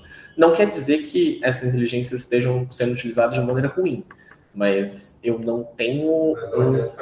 Mas não tem a transparência que seria desejável, porque eu não tenho alguém auditando aquela questão, né? Não tenho alguém olhando e falando, olha, foi feito dessa forma, a gente entende que essa metodologia aqui está adequada, e os resultados, né, um relatório que possa me demonstrar que problemas, por exemplo, de má classificação em relação a temas de repercussão geral. Todo agravo, por exemplo, a impressão tem tudo feito por inteligência artificial. Não tenho certeza de que existe uma avaliação específica para agravo. O Victor, se eu não me engano, é para casos de repercussão geral e o Victoria para demandas repetitivas, que teoricamente eles seriam utilizados para classificar dentro dessas categorias.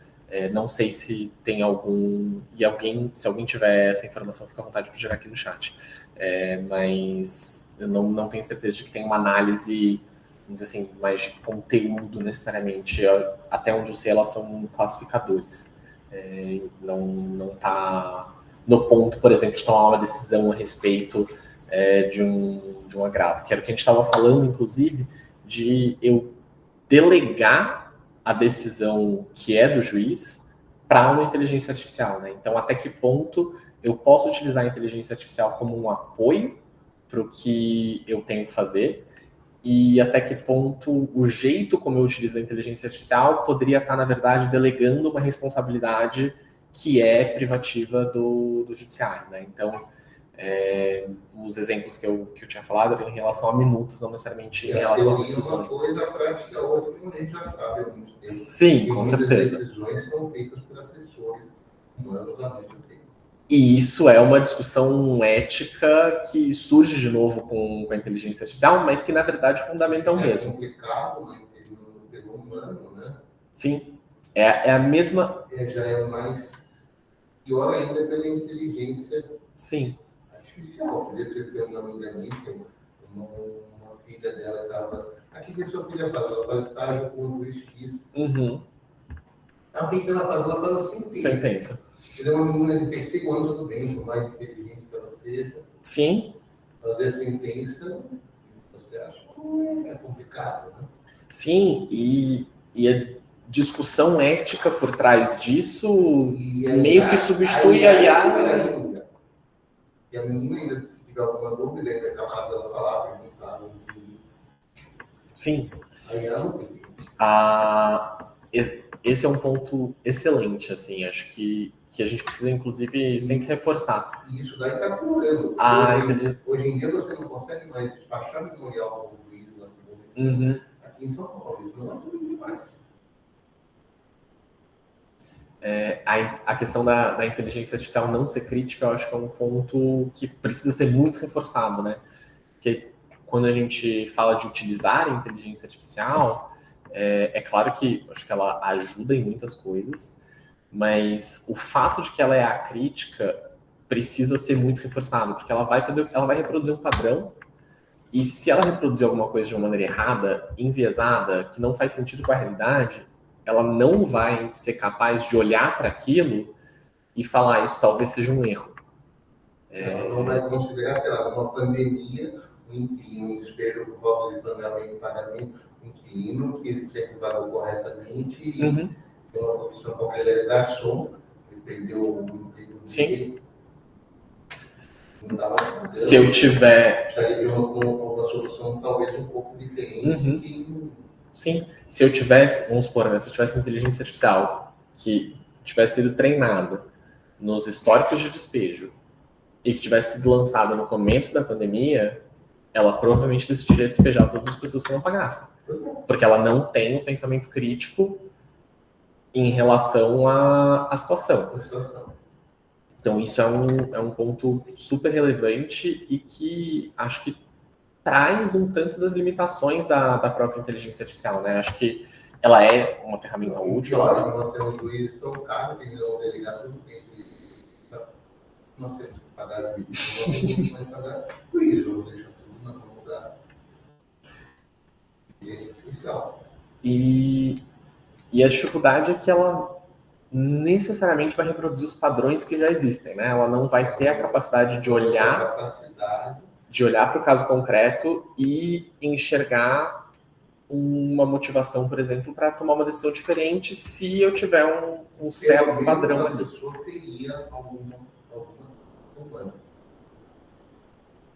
De maneira geral, pelo menos. Possível, mas pelo menos tem, pelo menos é um humano lá olhando alguma coisa.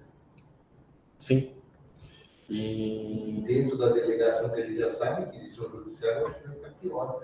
Olha, impressão. É uma possibilidade.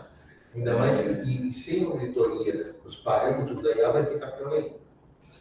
E acho que essa é uma das grandes questões, né? A gente ter a capacidade de auditar e ter certeza de como aquele sistema é utilizado ou pode ser utilizado, ou quais são os problemas que ele pode causar, né? Acho que quando a gente trabalha com inteligência artificial, a gente tem que estar ciente de quais são os erros que ela pode cometer, porque se a gente vai usar, a gente tem que ter essa visibilidade, né?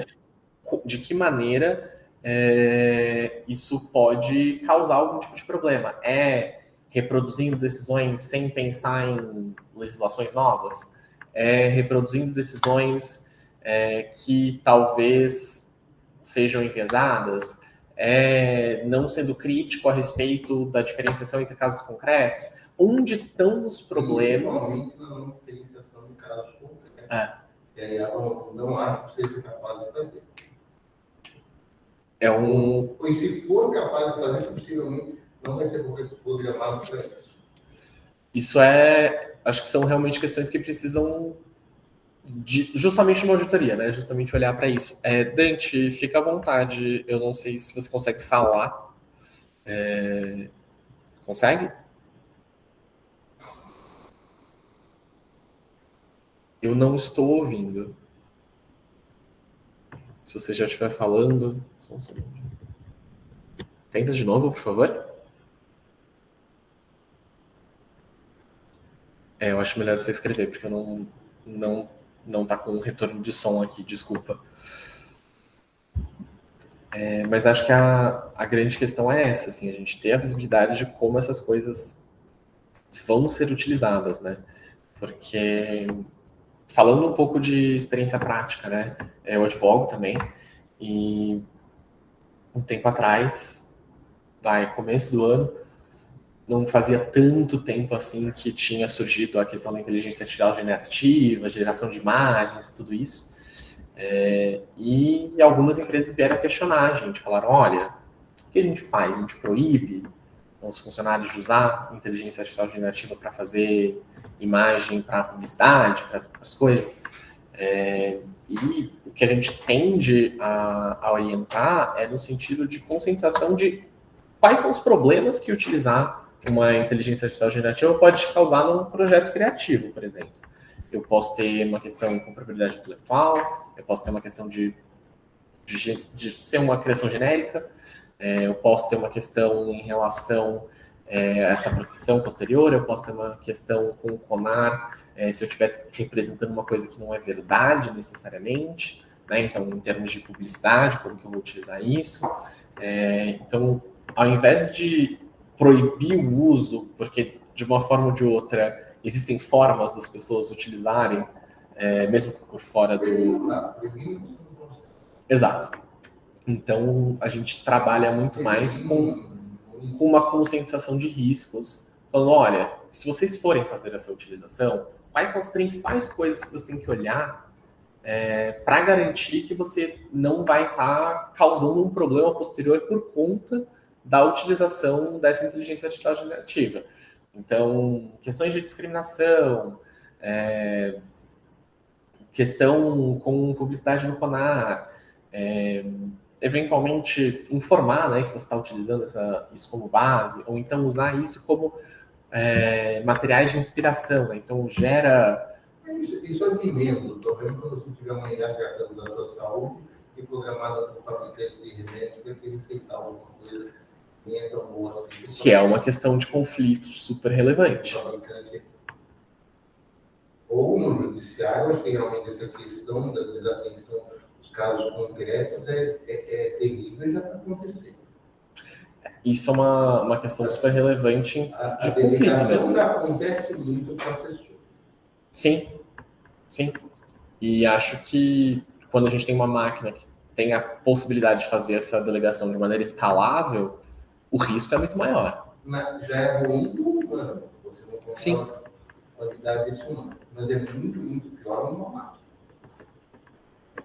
Tendo a concordar que a gente tem, pelo menos no sistema como ele funciona hoje, um problema grande. Se eu tiver, por exemplo, uma inteligência artificial que é treinada em dados especificamente de decisões e que possa, né, ter uma maleabilidade maior, ela poderia ser utilizada, por exemplo, para fazer uma primeira minuta que, claro, precisaria de revisão, precisaria de diversas questões. Acho que tem o quanto eu oriento também, tanto o humano quanto a máquina faz diferença. Se eu dou todos os pontos do meu raciocínio, como eu quero que uma decisão seja feita, mas eu acho que não vai ser muda. Isso. Vai ser você age em meio muito automatizado, que não vai ter muito bom do humano dizer o que ele quer. Ele tem como você faz hoje em dia, fazia com o estagiário, eu quero tal e tal coisa. Exato. Assim você faz. Mas eu acho que você vai ter uma máquina que vai tomar uma decisão sozinha. Eu duvido que nós vamos conseguir ter uma auditoria do modo dessa máquina pensar por parte de um CNJ, por parte de um OAB, uma coisa desse tipo. Não acredito, pode ser que eu esteja errado. Isso... Não vejo uma transparência no judiciário. Nesse ponto, posso estar errado. Espero estar errado, mas não vejo. De acordo com o 2338, isso já entra na sua pergunta, Dante, eu já vi aqui, obrigado. Isso seria classificado como uma atividade de alto risco, né? Administração de justiça por meio de uso de inteligência artificial. O que dentro do que é hoje PL, né? Mas exigiria avaliações de risco, exigiria certas obrigações de governança de transparência, inclusive, se isso vai ser implementado dessa forma. E como isso... transparência externa disso daí. Sim, como isso vai ser implementado, eu acho que é uma questão a ser vista. Você ter uma auditoria da sociedade, seja por uma modo de uma OAB, Uhum. seja por modo de um CNJ, seja por... Sim, acho que isso é uma questão a ser vista, E eu acho que mas hoje está classificado dentro de uma categoria que me geraria esse tipo de obrigação. pois é, a questão é quem vai fazer isso daí, como vai. Ele pode nomear lá o fulano lá, que vai fazer isso, que fez isso daí e tal. Sim, é uma possibilidade. E aí acho que realmente a gente está. Eu não tenho como te dar uma resposta, porque só a gente vendo efetivamente como isso vai se construir. E aí falando, acho que conecta inclusive um tanto com a pergunta do estudante, que ele falou que o projeto, né, ele designa uma autoridade competente que não está nomeada para implementação e fiscalização da lei. E aí, se a NPD poderia ser, né, essa autoridade, e desde que adaptado os termos da lei, ou seria necessário criar um órgão específico? Eu acho que, sim, a gente tem a possibilidade de uma criação de órgão específico, né? Mas não veria necessariamente um conflito com as competências da NPD, inclusive porque tem uma certa sinergia com a questão de dados, né? Então, a NPD ela já olha para a questão de proteção de dados, não é uma questão exclusivamente digital, né? Quando a gente fala em proteção de dados, mas é o grosso do que a gente discute, são informações que estão digitalizadas, estruturadas em bancos de dados e que podem ser utilizadas para treinamento de inteligência artificial. Então, acho que existe uma sinergia aí, sim, e que seria possível essa designação. Se é essa a opção que vai ser tomada ou não, eu já não posso especular mais nesses pontos, mas acho que existe uma sinergia interessante em relação a isso, inclusive se a gente pensar em quais são as atividades que são classificadas como de alto risco aqui, né? Por exemplo, a gente está falando sobre atividade de recrutamento, a gente está falando sobre prioridade para serviço de resposta, considerando, né, informações pessoais das pessoas que têm que ser atendidas em emergência, avaliação de capacidade de endividamento e crédito, todas questões que, de uma forma ou de outra, sistema de identificação biométrica, todos pontos que, de uma forma ou de outra, também mereceriam a atenção da autoridade nacional de proteção de dados, pensando que são tratamentos de dados pessoais. Então, acho que existe uma sinergia e acho que seria um arranjo adequado. Mas se é esse arranjo que vai ser tomado efetivamente ou não, aí já não tenho não tenho elementos para especular nesse sentido. Mas acho que tem sim uma sinergia possível dessa autoridade aí que não está nomeada no 2338 se tornar a própria NPD, dado que a gente faça, né, alguns ajustes aí de competência, mas me parece possível.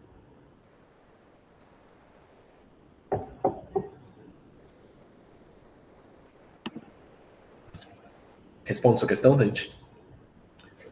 E aí, só voltando um pouco na nossa questão, acho que existe também um ponto que vai ser importante de ver como que vai ficar efetivamente definido na legislação, que é a questão da responsabilidade pelos erros, né?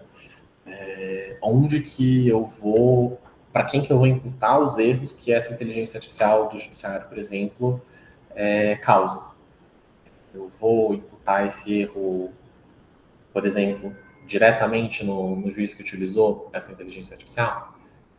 Se for esse o caso, talvez eu tenha um incentivo maior de olhar e revisar o que está ali, dado que... Na prática é muito difícil. Né? Concordo. Na prática eu não creio que isso vai acontecer, não. Mas a responsabilidade ficaria em quem? Ficaria no desenvolvedor? Ficaria... Acho que vai ficar no Estado, vai ficar no Estado, de maneira geral. Muito com a responsabilidade do Estado Então, isso é uma questão porque a responsabilidade vai ter que ser de alguém. É como a jurisprudência do erro judiciário, que ele nega, o juiz não responde pelo erro judiciário, o pior que seja. Então, isso vai ser uma questão para ver se vai entrar dentro do judiciário, se vai ser uma... Você pode até ter uma reparação de danos ao condenado, do encarcerado, mas não é o juiz que paga. Sim. Então, aí é ver se a gente vai adotar essa regulação especificamente ou se vai ter uma questão específica para isso. Esse é um preconceito que você fala com o juiz de caráter pessoal. A resposta provavelmente é não. Não, ninguém a não ser que você queira fazer um case, abrir para o seu cliente, Uhum. alguém pobrinho, e são capazes até de revogar a ciência judiciária da pessoa, mesmo se ela for pobrinha nesse caso. Mas aí tava pensando mais em termos disciplinares mesmo. Pensando em CNJ, se isso seria uma possibilidade. Eu acho que, em tese, sim, mas a gente sabe que CNJ é só em casos, só funciona em casos muito graves.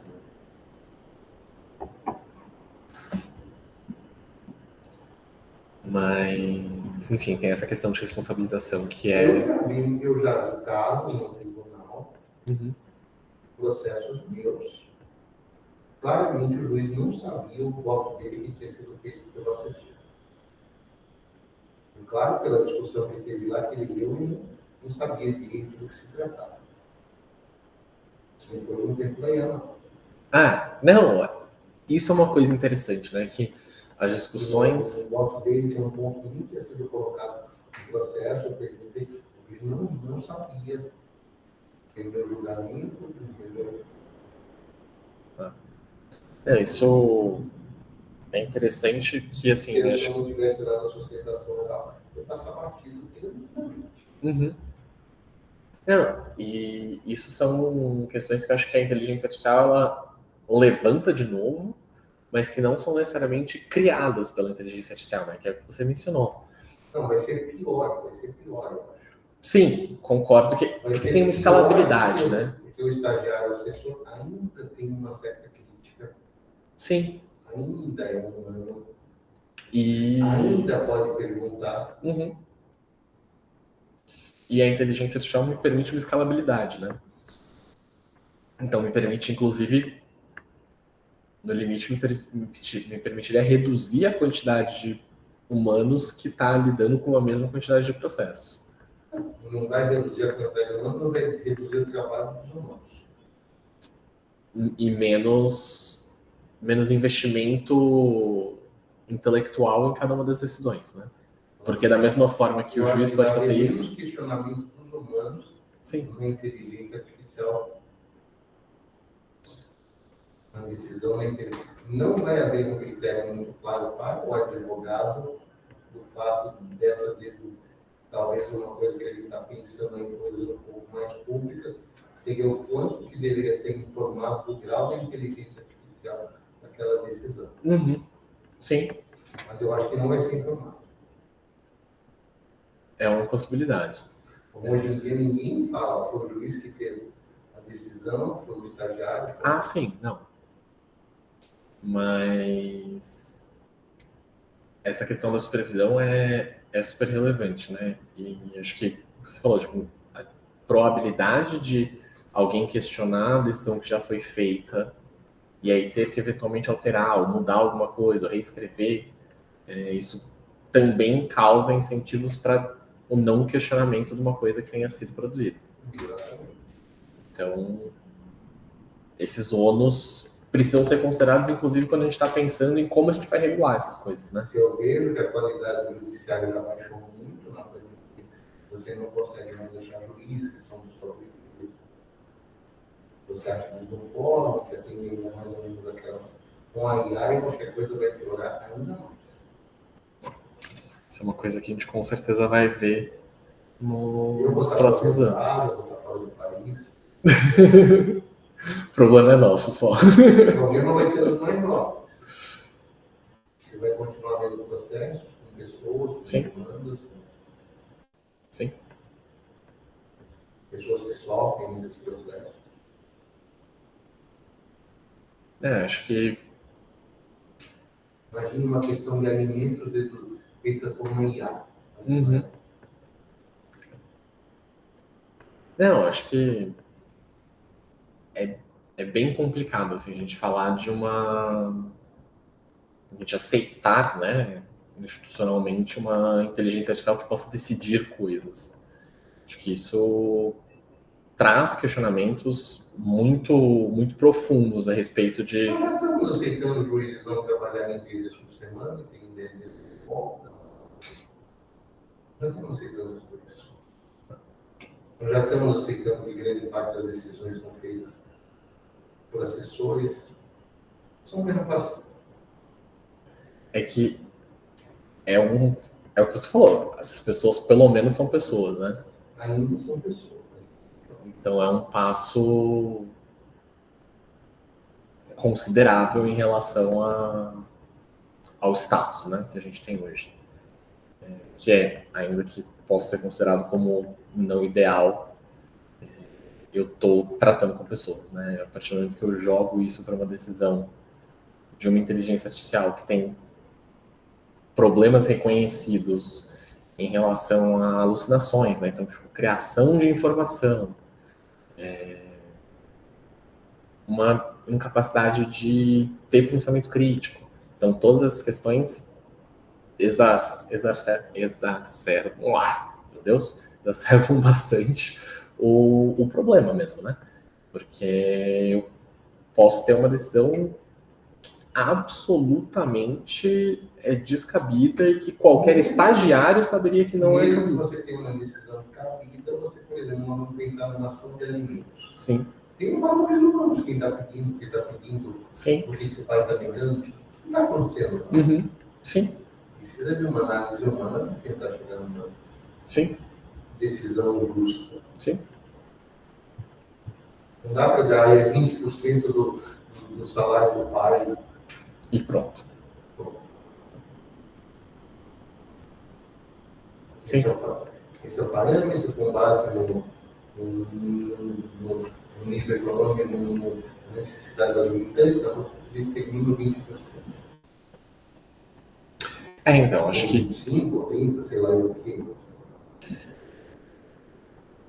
E a gente tem, acho que, muitas nuances para serem discutidas, né? Tem a questão do errar completamente, até que ponto, ainda que a inteligência artificial pudesse sempre tomar decisões que são juridicamente corretas, ainda assim, colocar a inteligência artificial para decidir é um passo complicado. Eu acho que é um passo complicado, não faz sentido com tudo que nós pagamos para os nossos juízes. Né? Isso acho que não faz o menor sentido essa delegação, por mais cômoda que ela seja, né? Principalmente uma inteligência sem transparência. Sim. É muito pouco, como já ouvi sido uma ação de alimentos, a inteligência artificial, tem tudo prontinho. Assina ali em 20 segundos, recebeu 50 mil reais por mês para fazer isso.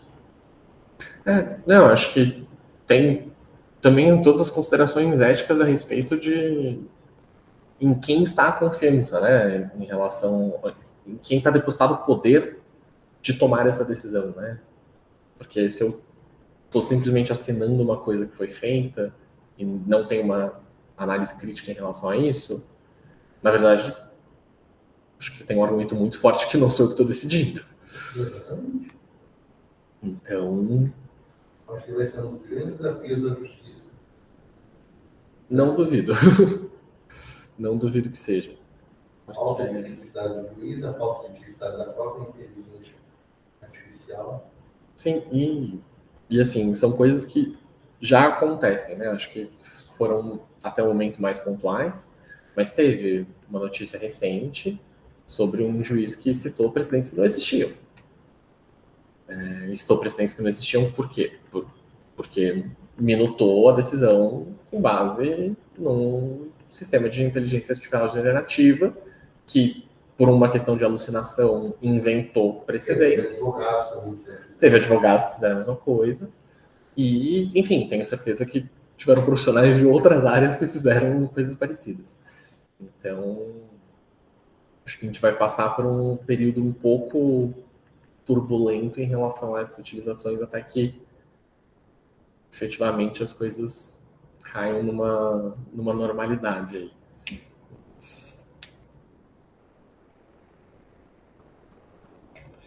Acho que é isso, pessoal. Mais alguma dúvida?